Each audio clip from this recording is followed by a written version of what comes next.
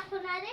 अजून हे बघा, हे खूप छोटे छोटे तुकडे होते, ते मी तुम्हाला ते तुकडे